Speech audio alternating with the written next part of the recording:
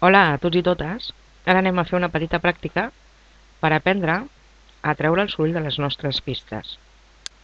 En aquesta pràctica, evidentment, necessitarem l'Audacity i un fitxer que obrirem que recuperarem la pista d'àudio de proves que us havia deixat. L'obrim i si la fem sonar, tornareu a sentir a mi i veureu que hi ha certes zones, que veiem fins i tot aquí en la gràfica, que aquesta línia no és plana. Això vol dir que hi ha un soroll de fons que ens està molestant. Així que anem a aprendre com eliminar aquest soroll. El primer que farem és prendre una mostra. Això vol dir que seleccionarem una part de la pista on hi hagi soroll. Aquí al principi en aquesta zona n'hi ha més que en ningú altre lloc. La seleccionem i un cop aquesta tros de la pista seleccionada anem a efecte i hem de treure soroll. Quan tenim aquesta pantalla oberta, aquí tenim obtenir el perfil de soroll.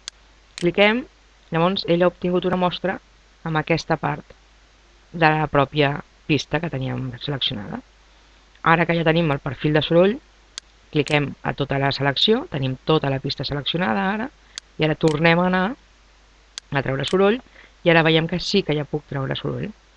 Cliquem a treure soroll, ell ha actuat, i com si podem veure ara, que si mirem la pista, la zona que no hi ha d'haver soroll, la línia és totalment plana.